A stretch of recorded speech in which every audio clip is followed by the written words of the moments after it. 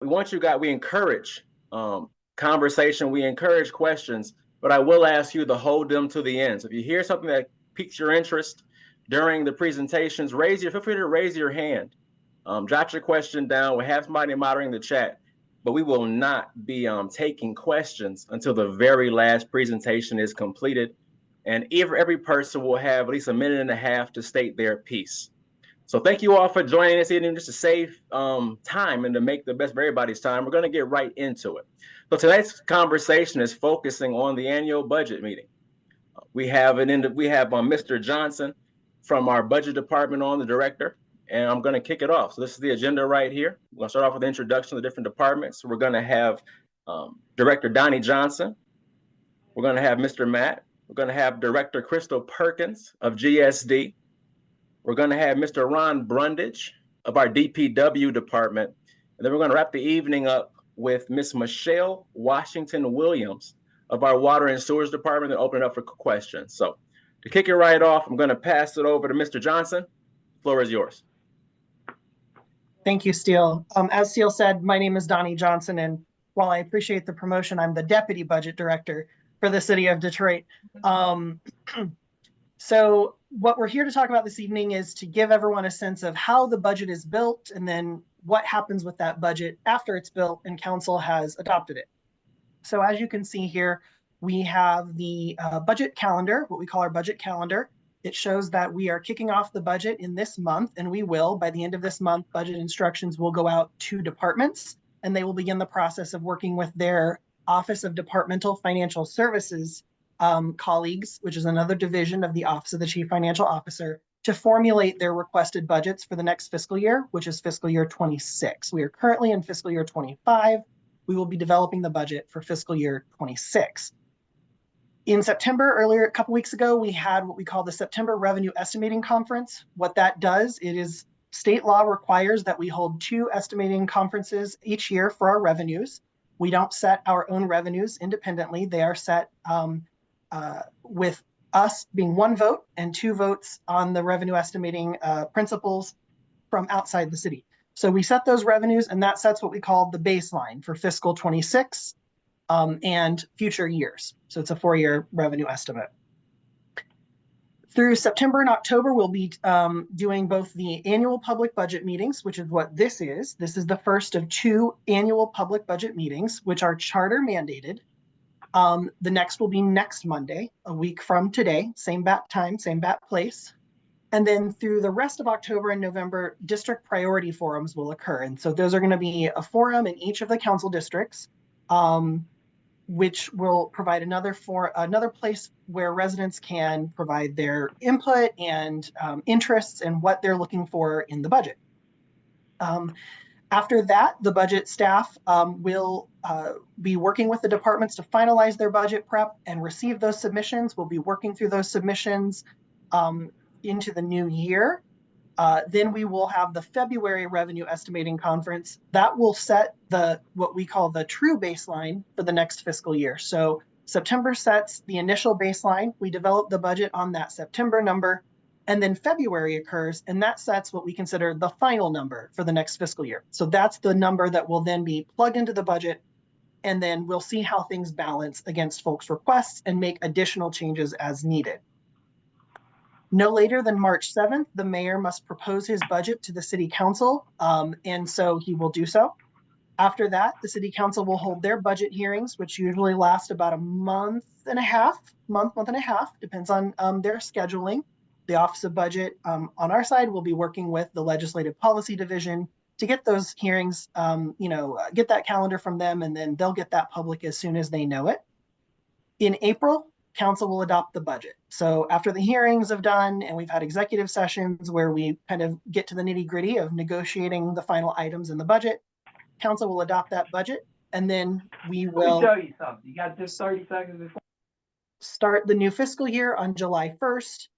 And it'll go from there. So our fiscal years, as we noted on the slide, start on July 1st and they end on June 30th. So, thank you.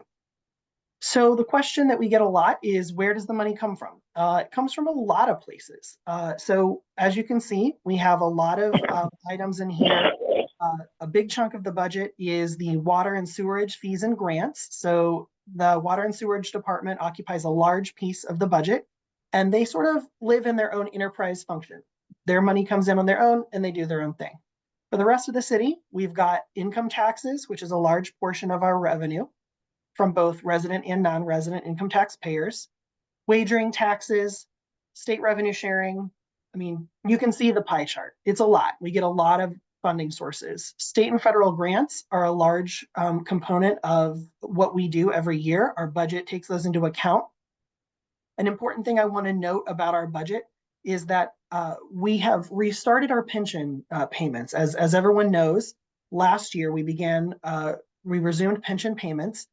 One of the items you'll see on this pie chart is something called the Retiree Protection Fund. And this is because right after the bankruptcy, when we were getting back on our feet, we began putting money aside in a retiree protection fund. And what that does is it smooths out that reinstating of the pension payment so that we don't get hit with a huge pension payment all on day one. This eases us in up to that full pension payment so that over a period of time, we're able to ramp ourselves up and not completely disrupt the city's budget while also protecting the retirees and their pensions. So where does the budget money go? So an important thing to note is that the city must have a balanced budget. So all funds of the city must be balanced. This is as a result of what's called Public Act 2, or the Uniform Budgeting and Accounting Act, which requires that all cities, all governments in Michigan, including the state of Michigan, have a balanced budget. So the breakdown of our expenses, as you can see, we have a large part of our overall city budget goes to infrastructure, recreation, and beautification. And this is going to include things like public works, blight remediation, the recreation department, maintenance of facilities, all of those sorts of things. Public health and safety occupies the next largest chunk. So this is going to obviously be the police and fire departments as the two largest pieces of that. The health department is also a part of that. And then you can see each part as they go down in the smaller pieces. The debt service and legacy pension department, this is important to highlight because we hear from residents a lot about concerns about our debt load or concerns about the pension. And this is an area where I want to stress that we have the revenue to offset these expenses. So far, we're covered. So if you're concerned about our debt service, we actually have a fairly reasonable debt load for the size of our city government, considering what our sister cities around the region and the country usually utilize for their capital expenses. We tend to cover a lot of those expenses through our regular budgets and a small prior year surplus or fund balance use to cover capital expenses. And pension, as we know, comes from the general fund, but it also has that cushion coming from the Retiree Protection Fund, which is easing us into that pension, full pension payment over time. Steele, thank you. So what portion of the budget can we influence? As you can see, there are many parts of the budget that are what are considered non-general fund. So the general fund is about a little under 1.5 billion of the total budget of the $2.7 billion budget is the general fund. Everything else falls into what we would call non-general fund categories. And that would be things like enterprise departments, so DDOT, solid waste fund, the street fund. These are things for which there are non-general fund revenue sources. The state, fees that are charged to participants in certain activities. Transportation is obviously both the fares that we collect through folks riding the buses, but also federal funding for transit.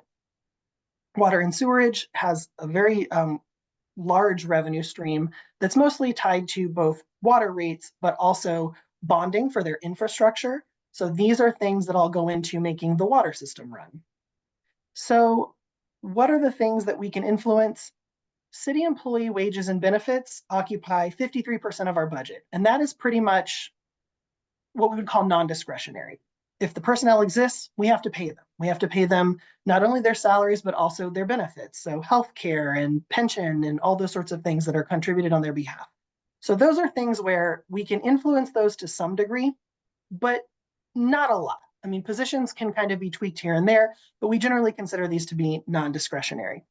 The next part of it is definitely non-discretionary. That's the 18% wedge you see on the pie chart on the right, and that's debt payments and pre-bankruptcy pension costs.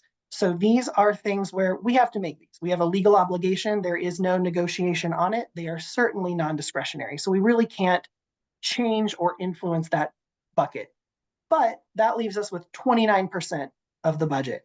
29% of the budget of the general fund is quite a lot. That leaves us with a lot that we can talk about what our priorities are, what we're looking to accomplish, and what you are looking to accomplish with our budget. So before we get into the departmental presentations, I want to kind of pull back and give you all some sense of how you can take part in your budget and in this process. You can email the Office of Budget at any time, as you can see on the screen, at yourbudget@detroitmi.gov.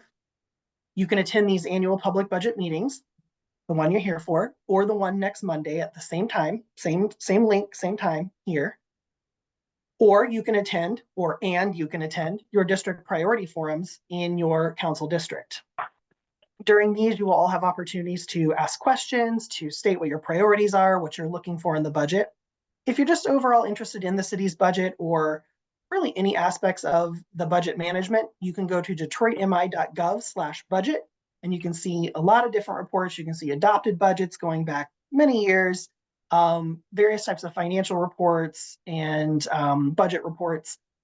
If any of those spur questions, circle back up to yourbudget@detroitmi.gov, and we're happy to answer those questions.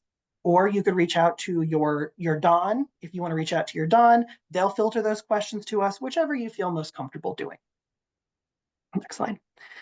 So as you can see, these are the annual public budget meetings. Tonight, we will be discussing the General Services Department, the Public Works Department, and the Water and Sewerage Department, as Steele noted at the top of the meeting.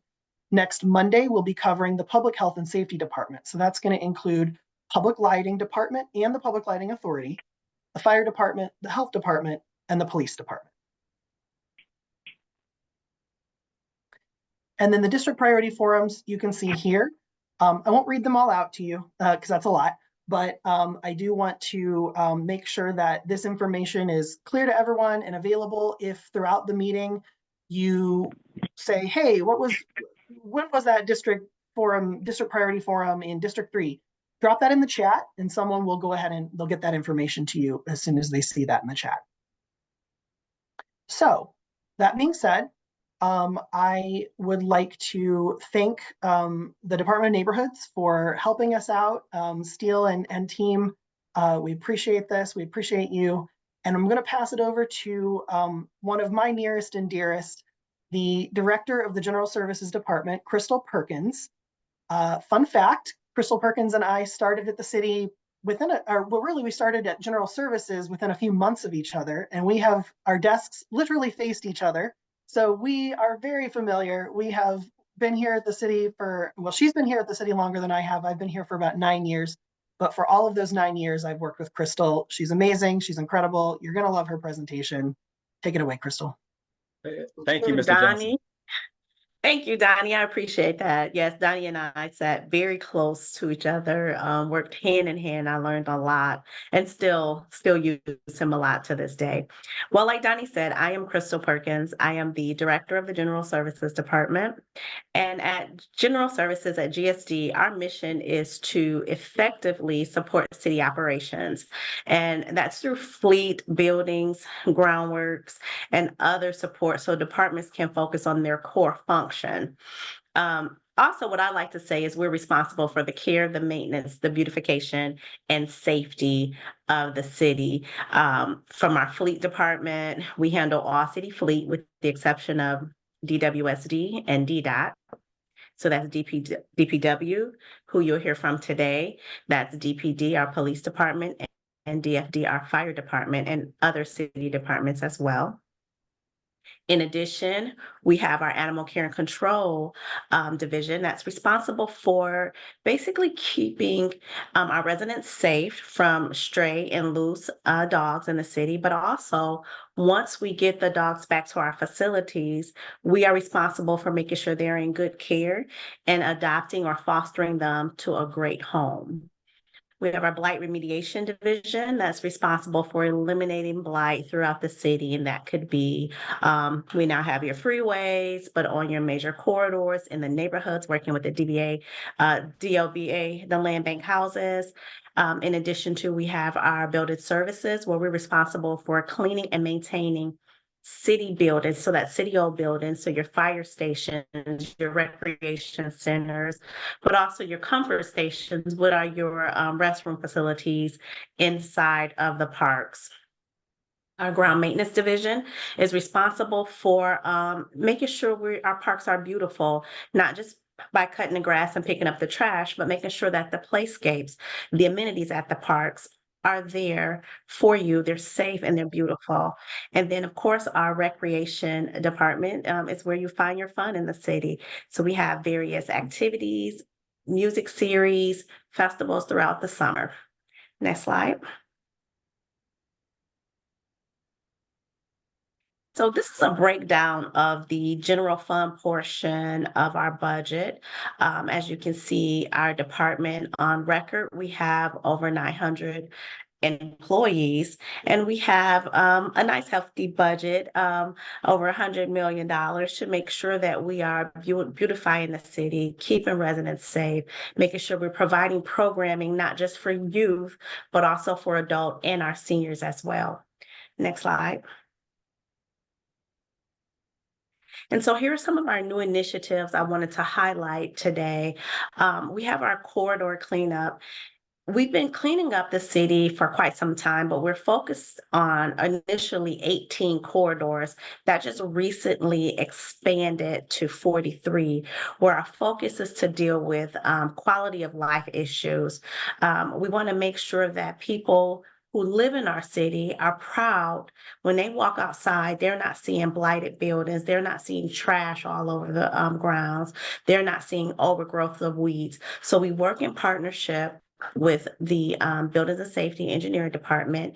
They'll issue correction orders. And the hope is for that these business owners or property owners will take pride and start to clean up and care for their properties themselves. If not, we will come through and we'll remove those blighted situations. We also are working on the Joe Louis Greenway, and most of you have probably heard the Joe Louis Greenway is a 27.5-mile greenway that's going to connect throughout the entire city. It's like a big circle, but it's also going to connect 3 neighboring cities, which is Dearborn, Hamtramck, and Highland Park. And this will be a safe way for residents to travel throughout the entire city. Just think of it as the DeQuinder Cut or the Riverwalk on steroids. It will take you, you can ride your bike, you can walk, jog throughout the entire city in a safe way. And I also wanted to focus on what we're doing in our rec centers. We have a program called Recreation Refresh that we're working on right now, where we're working on updating all of our rec centers, but also not just the space to beautify the space, but to also make sure our technology is up to date. We want to have computer hubs in our rec centers. We're going to have esports lounges in 6 of our rec centers. And if you're not familiar with esports lounge, that's gaming, where they're playing sports on the game, but they're competing. I visited the Pistons facility a few months ago, and they actually recruit people as if they're recruiting for a team, but they recruit people to sit in this room and play basketball on the video game. They have contracts just like the players you see on the courts. They get paid. And so that's a big deal in the gaming world. So we want to make sure our children in our community who don't have access to gaming at home, don't have access to internet, are able to go into our rec centers and participate in the esports gaming center. Next slide, please.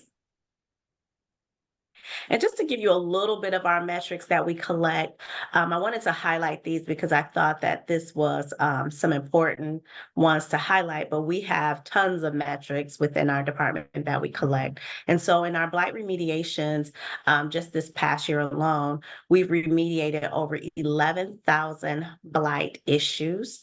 And that could be anything from a damaged sign that's on a building that's causing danger, that could be potentially dangerous to the residents or the community that's walking in the right of way.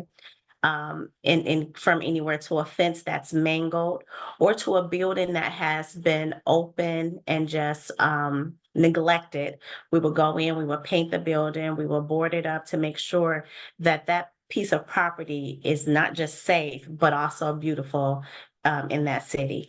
We removed over 1,397 tons of trash from our parks alone. So that's not including what we're doing on our freeway or our corridors or in our other neighborhoods. Our landscape and design unit has done extensive outreach. Before we change or renovate a park, we make sure that we're focusing on what the community in that area wants. So we've done over 700 surveys for upgrades and renovations to parks. In our recreation center, we have over 19,000 memberships. So if you don't have a membership, be sure to get one. We have a universal membership where you can go to any rec center for just one low fee of $30 a month. And that's cheaper than you can get at a Lifetime Fitness or some of your other fitness centers. And then our ground maintenance, we have visited these parks over 10,000 times to clean and maintain the parks. We're noticing a high increase of usage of our parks since COVID, and we want to make sure that space is comfortable, tranquil, and fun for our residents. Next slide. And I'll just end with this. We're going to leave up how to contact our department. If you have issues, concerns, or want to just give us some suggestions, please feel free to contact us at the information you see on your screen. And I'll turn it over to Director Brundridge to talk about what's happening in DPW. Thank you, Christopher, and good afternoon or good evening, everyone. Again, my name is Ron Brundage. I'm Director of DPW.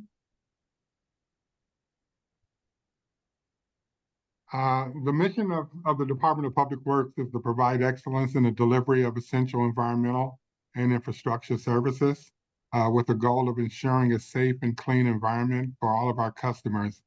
Keeping in mind that we're talking about the budget right now, we want to do this in as cost-effective manner as possible.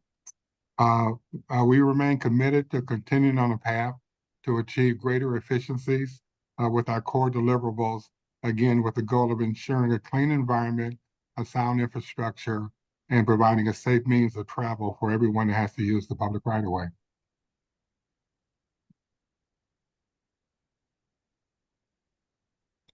I just want to talk real briefly about some of the services and activities that we perform in DPW. DPW, of course, is administered by my director's office, and we provide the overall management services for the entire department.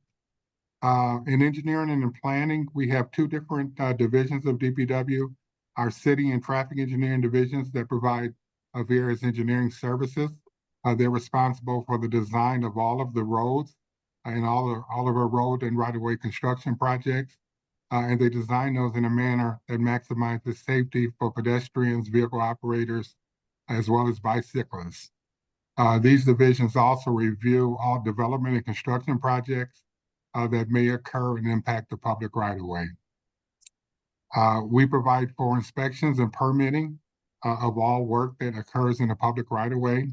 Last year, our city engineering division issued 1,245 permits to different companies and utilities to allow them to provide, to have access, as well as providing various work services in the public right-of-way.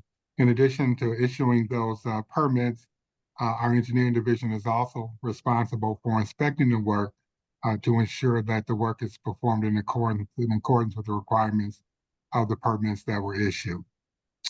Our budget also includes about $3.3 million in Metro funds that go specifically towards improving damaged sidewalk throughout the city. This funding source will allow for us to replace about 7,000 flags of damaged sidewalk in the upcoming budget. 7,000 may sound like a lot, but we actually have close to 4 million individual flags of sidewalk citywide. So one of the things that we've done the last couple of years is actually supplement this Metro fund with other funding sources, our street fund, as well as some general fund money that's allowed for us to replace more than the 7,000 flags of sidewalk that are listed here. Sidewalk flags have become a very high priority and something that our residents have shown, especially over the last few years, that this is something that's important to them as we go about determining what our budget is going to look like in coming years. Snow and ice removal. DPW is also responsible for snow and ice removal citywide on all public streets. When we receive snow, major roads are salted as needed, salted or plowed as needed for every snow event.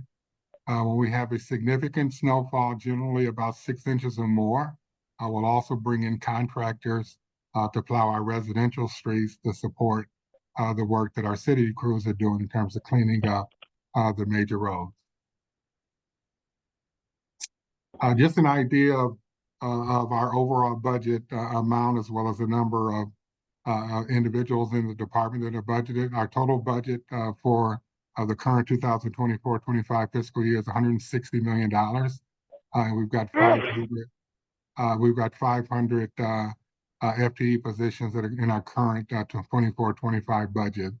And you can see the breakdown. I'll just point out a couple of the larger items.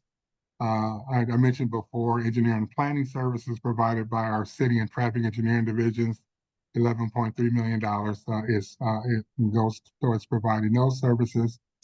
Snow and ice removal, we budget $3.4 million. But of course, snow and ice, we can never predict how much snow we're going to receive during any winter season. So the last couple of years, we've had a relatively mild winter, so we haven't spent all of the money that was allocated, and any money that's not spent, we're able to use that money for other street road improvement projects. If we have a really bad winter and we end up there being a need to spend more than $3.4 million, the funding will be made available to ensure that whatever money is needed to provide for quick removal of snow and ice from city streets, that funding will become available. $50 million is budgeted for solid waste and refuse collection services, and these services are exactly as what's indicated. This is for providing the trash collection and disposal services that are needed to keep our city clean. And then $60 million for various street repair services.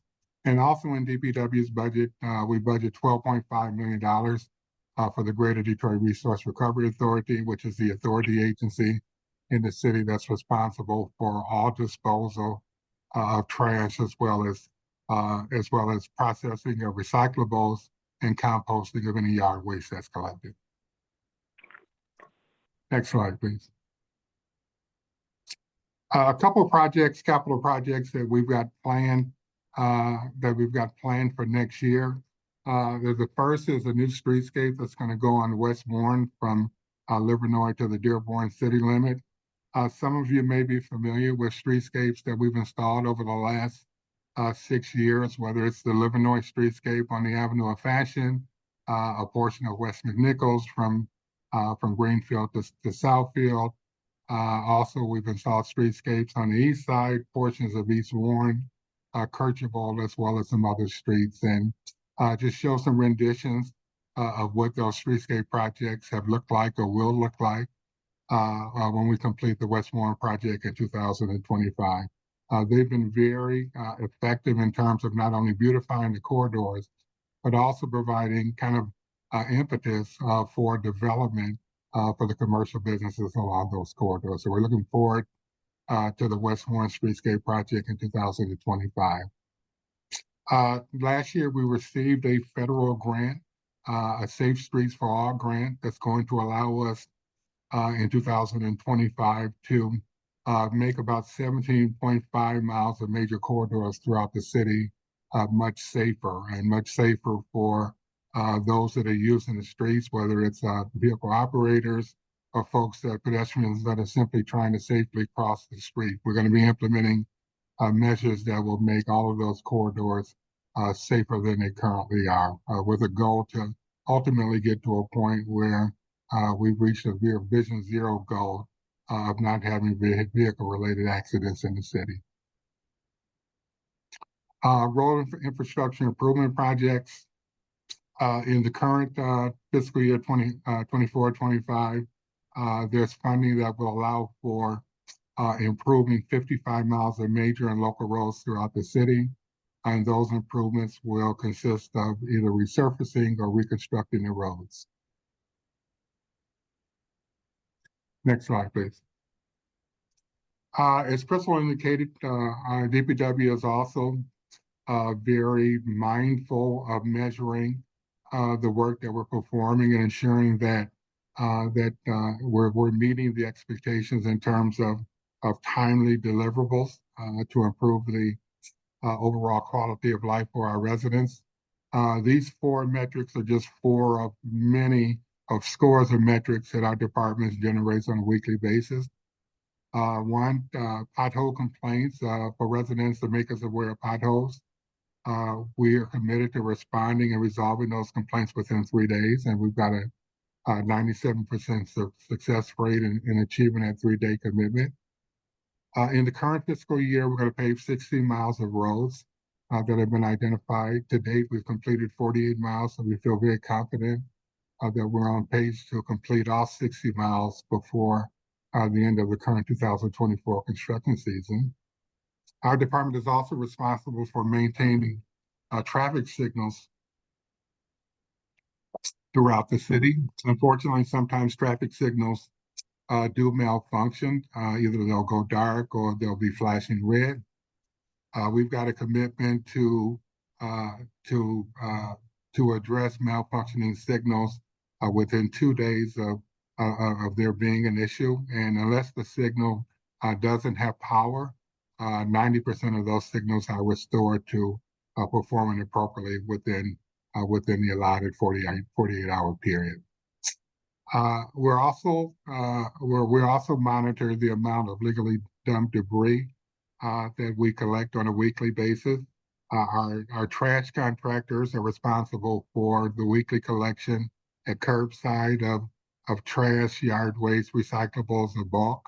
Unfortunately, we still have issues with some folks illegally dumping, so we have city crews that are responsible for picking up that illegally dumped debris that fall outside of the realm of what's the contractor's responsibility. So we've established a goal of removing 600 tons a week of illegally dumped debris, and we've been averaging about 725 tons a week since we've been monitoring this. Next slide, please.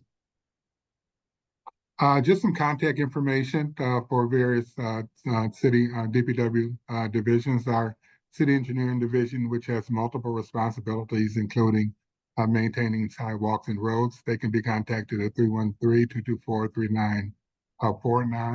If individuals are interested in receiving permits from DPW, that number is 313-224-3935. And you can see the other numbers that are listed here for various services, or if DPW needs to be contacted to provide a response to any issue that a resident may have. Thank you, Mr. Brundage. Thank you.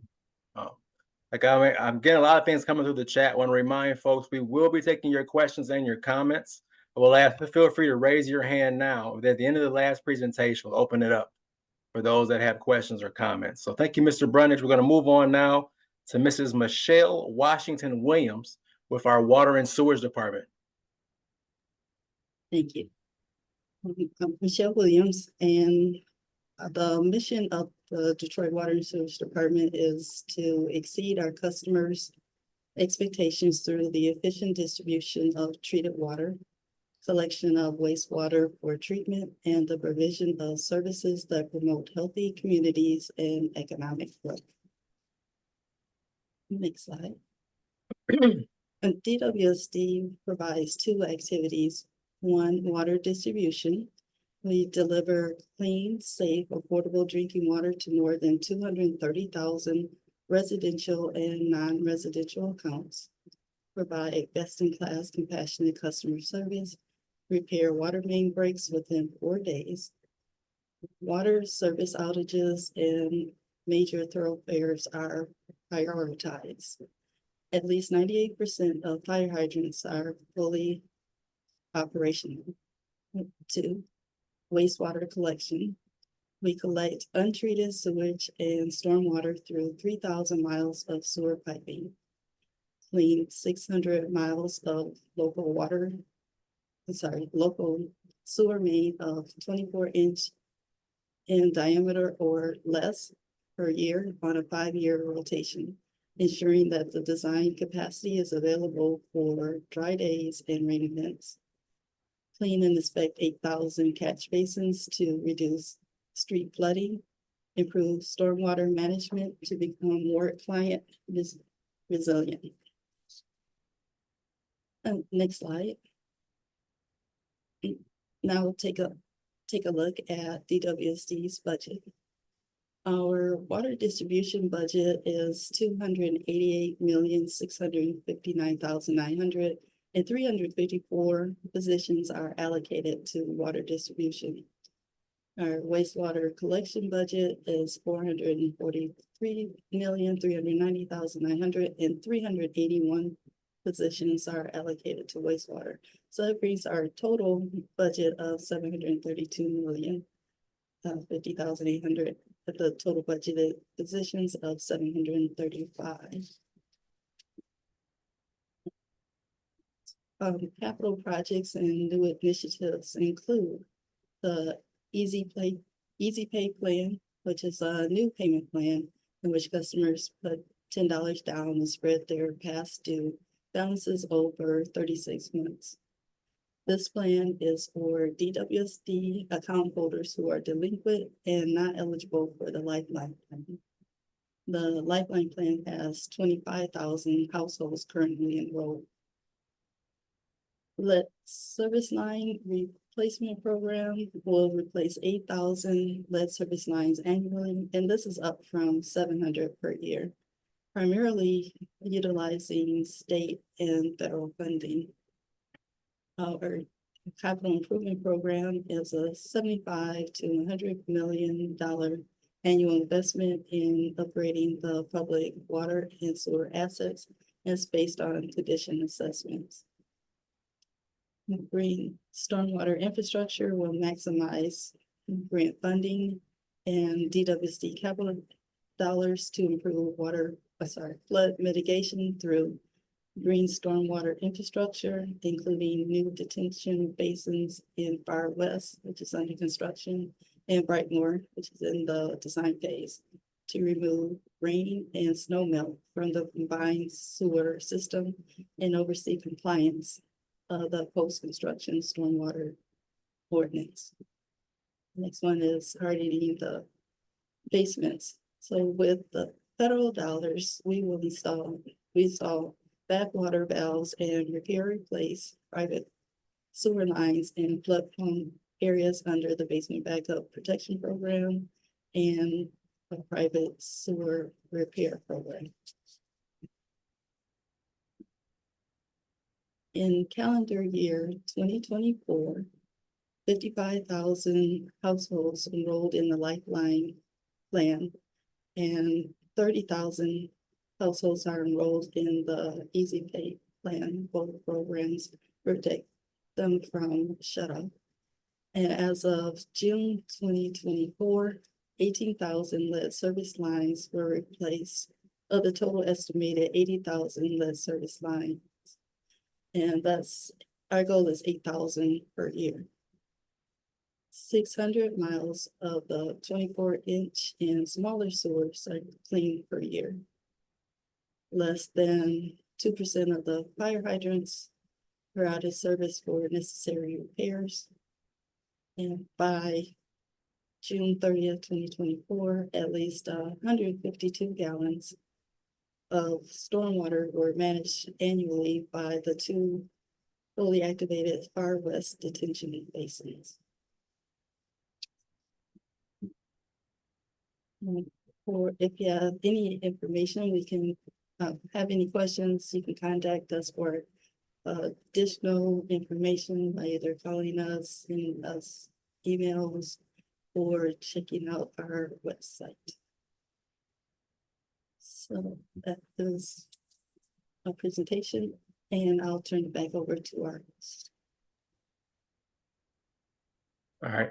Thank you. Thank you. Thank you, Director Brundage, Director Perkins, Ms. Michelle Washington Williams, and Deputy Director Donnie Johnson for joining us this evening. It's now turning over to the community. So we have a number of questions in the chat. We're going to start with those with